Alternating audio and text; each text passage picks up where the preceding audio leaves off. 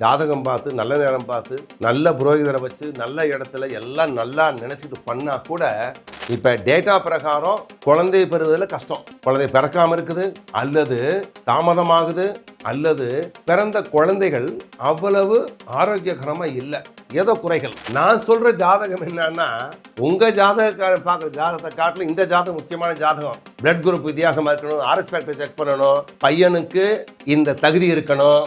எந்த தகுதியும் தெரியுதுல. வணக்கம், வாழ்க வையகம், வாழ்க வளமுடன். இந்த பதிவு கொஞ்சம் வித்தியாசமா இருக்கும். ஏன்னா இதுவரைக்கும் நார்மலா சொன்ன விஷயங்களை மாத்தி ஒரு புதுமையான அல்ல, ஒரு புதியதும் அல்ல, தேவையான விஷயத்த சொல்றோம். கொஞ்சம் கவனமா பார்த்து மாத்திக்கிற முடியுமா? நல்லா இருக்கும்.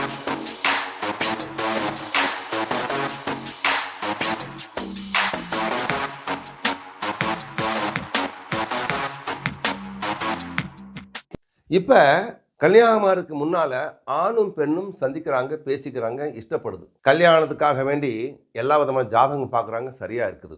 ஆனா ஜாதகம் பார்த்து நல்ல நேரம் பார்த்து நல்ல புரோகிதரை வச்சு நல்ல இடத்துல எல்லாம் நல்லா நினைச்சிட்டு பண்ணா கூட மன வாழ்க்கையில சந்தோஷமா இருந்தா கூட குழந்தை பெறுவதிலும் பிறந்த குழந்தை நல்லா இருக்கிறதுலையும் வித்தியாசமா இருக்குது.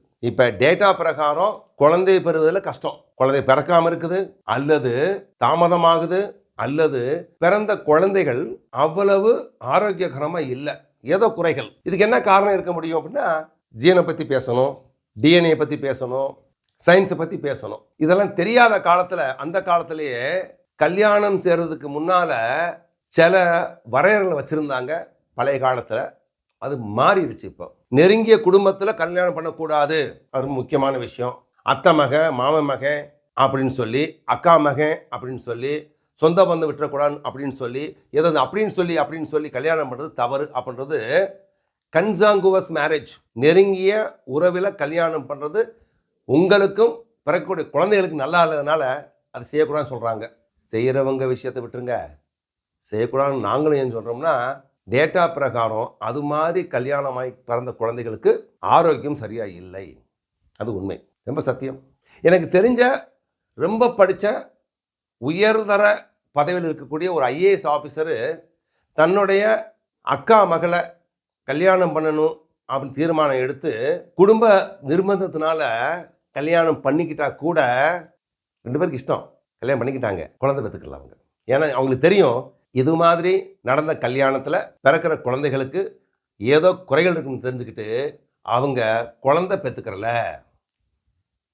நல்ல நல்ல தீர்மானம். ஆனால் இது எல்லாருக்கும் சாத்தியம் இல்லை. அதனால இப்ப சமீபமா நான் சந்திச்ச ஒரு நண்பர் தன்னுடைய அனுபவத்தை பகிர்ந்துக்கிட்டாரு. ஜோதிடக்காரன் வந்தான், ஜோதிடெல்லாம் பார்த்தாரு.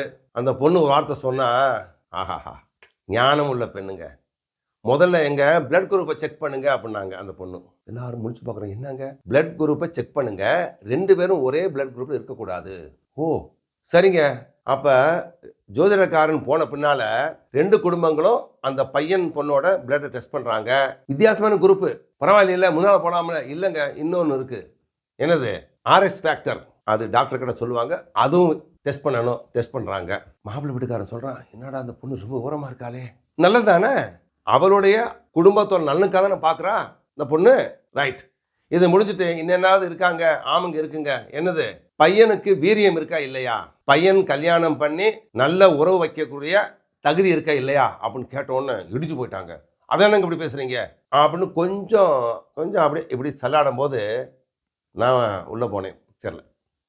சத்தியம்ங்க, நான் செய்யும் தொழில் அனுபவத்தில் நான் சந்திச்ச நிறைய நபர்களுக்கு இது மாதிரி குறைகள் இருக்கிறதுனால, ஸ்பெஷலாக இந்த கம்ப்யூட்டர் வேலை பார்க்குறவங்க, நீண்ட நேரம் அசையாம உட்காந்து வேலை பார்க்குற வேலைகள், செடென்டரி லைஃப், இது மாதிரி ஆளுகளுக்கு எரெக்டைல் டிஸ்ஃபங்க்ஷன் அப்படின்றது இருக்கிறதுனால அந்த பொண்ணு சொல்றது சத்தியம், உண்மை. அதனால நீங்க என்ன பண்றீங்கன்னா, இந்த பையனுக்கு அந்த டெஸ்ட்டை பண்ணணும்னு சொல்லி நானும் சொன்னேன். கொஞ்சம் சங்கோஜமா இருந்தது எல்லாத்துக்கும்.